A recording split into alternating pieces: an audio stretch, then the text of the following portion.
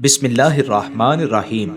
ام المومنین حضرت ام سلمہ رضی اللہ تعالی عنہا، آپ حضور علیہ الصلاۃ والسلام کی چھٹی زوجہ محترمہ تھیں۔ آپ کا نام ہند بنت ابی امیہ تھا اور ام سلمہ کنیت تھی۔ قریش کے خاندان بنو مخزوم سے تھیں۔ آپ کے والد کا نام ابو امیہ تھا اور والدہ کا نام عاتکہ بنت عامر تھا۔ آپ کی والدہ بنو فراز سے تھیں۔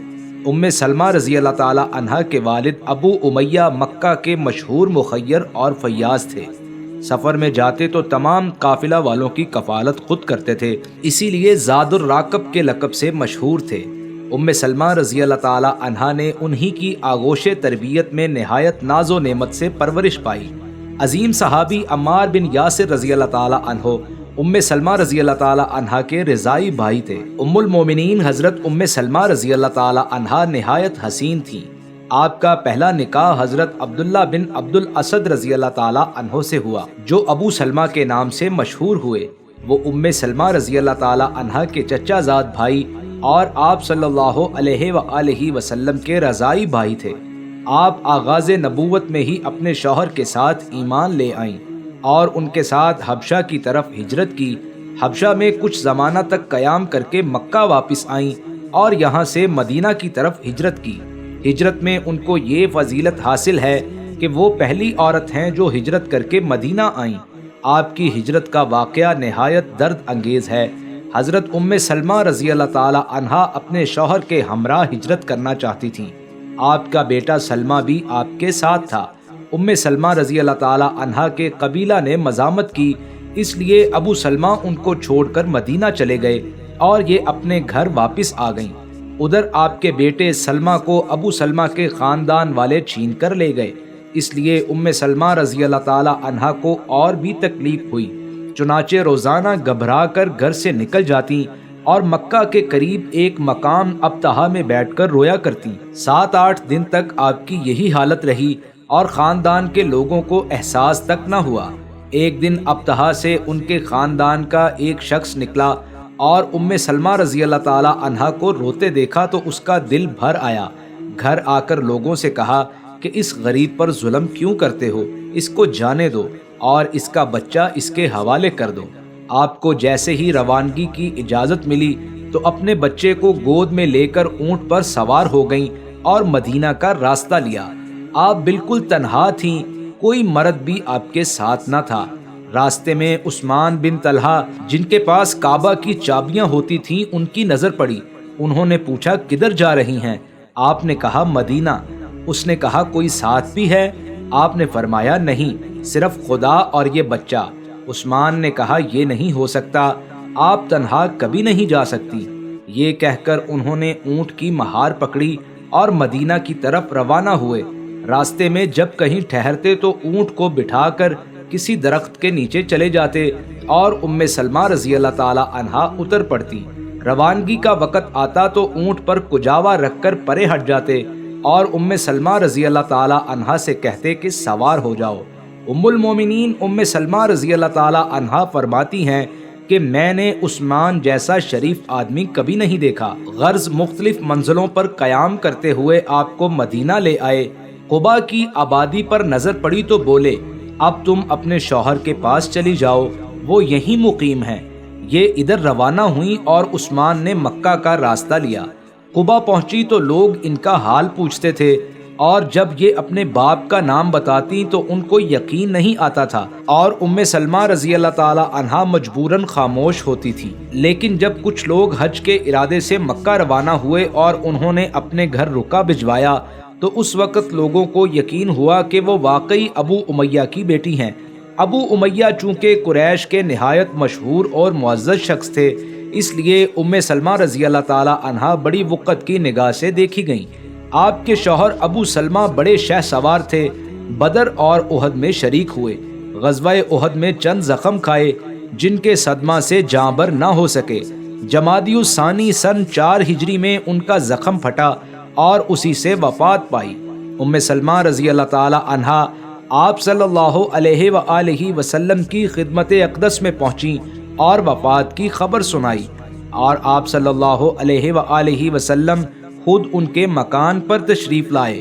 گھر میں کوہرام مچا تھا۔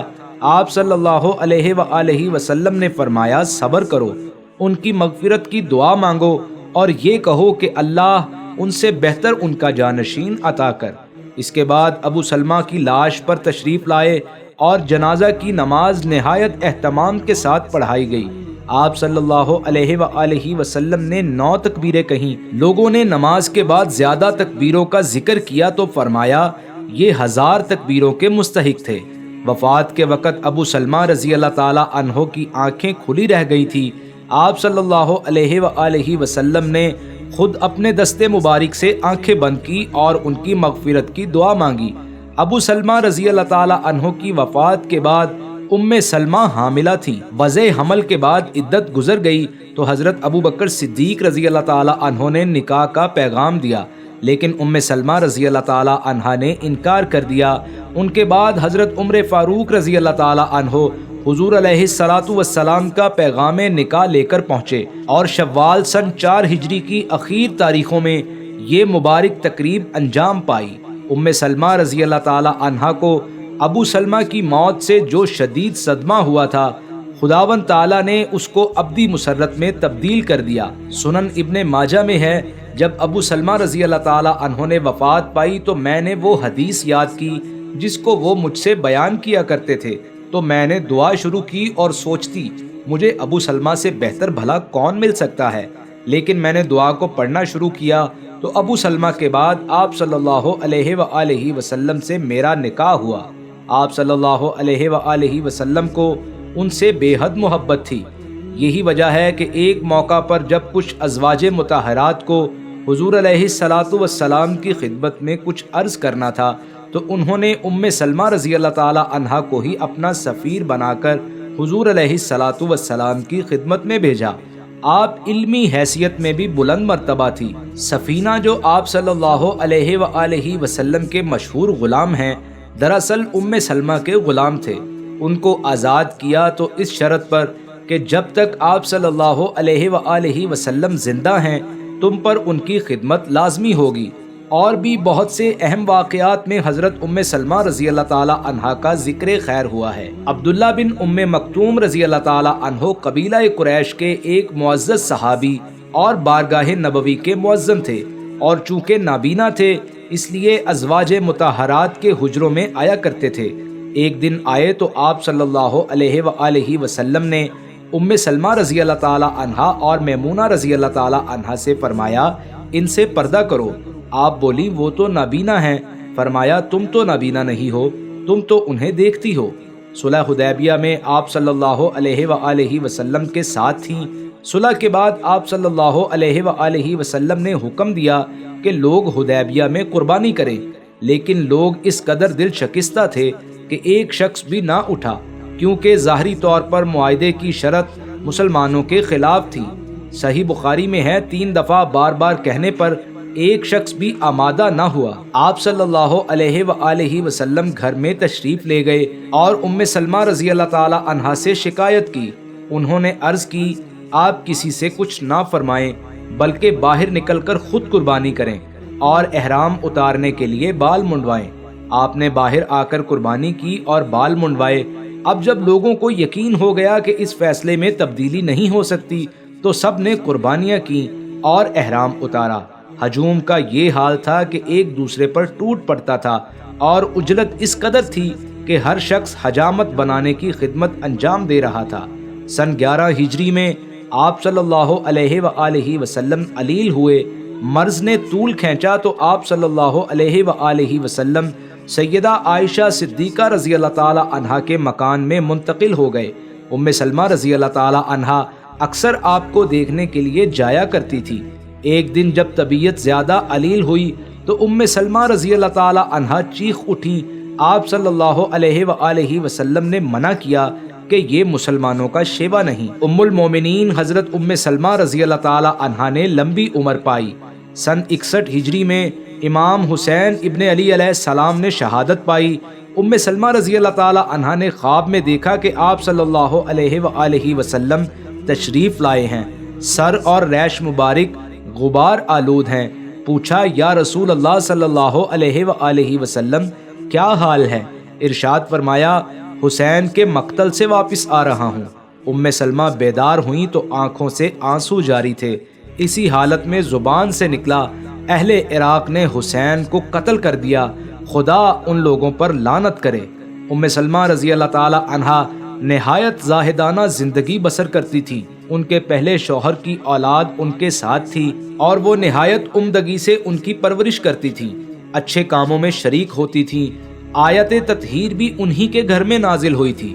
آپ صلی اللہ علیہ وآلہ وسلم نے سیدہ کائنات حضرت فاطمہ زہرا سلام اللہ علیہا اور امام علی علیہ السلام کو بلا کر کمبل اڑایا اور کہا خدایا یہ میرے اہل بیت ہیں، ان سے ناپاکی کو دور کر اور انہیں پاک کر۔ حضرت ام سلمہ رضی اللہ تعالی عنہا کے پہلے شوہر سے جو اولاد ہوئی اس کے نام سلمہ، عمر، درہ اور زینب ہیں۔ زینب کا نام پہلے برہ تھا لیکن آپ صلی اللہ علیہ وآلہ وسلم نے زینب رکھا۔ آپ صلی اللہ علیہ وآلہ وسلم سے ان کو جو محبت تھی اس کا یہ اثر تھا کہ آپ صلی اللہ علیہ وآلہ وسلم کے موئے مبارک تبرکن اپنے پاس رکھے ہوئے تھے جن کی وہ لوگوں کو زیارت کرواتی تھی۔ سن 63 ہجری میں جس سال حرہ کا واقعہ ہوا اسی سال حضرت ام سلمہ رضی اللہ تعالی عنہا نے انتقال فرمایا۔ اس وقت آپ کی عمر مبارک 84 برس تھی۔ حضرت ابو ہریرہ رضی اللہ تعالی عنہ نے آپ کی نماز جنازہ پڑھائی اور جنت البقیع میں آپ کو دفن کیا گیا۔ اس زمانہ میں ولید بن عتبہ مدینہ کا گورنر تھا۔ آخر میں اللہ پاک سے دعا ہے ام المومنین حضرت ام سلمہ رضی اللہ تعالی عنہا کے صدقے اللہ ہماری زندگیوں میں خیر و برکت عطا فرمائے، آمین ثم آمین۔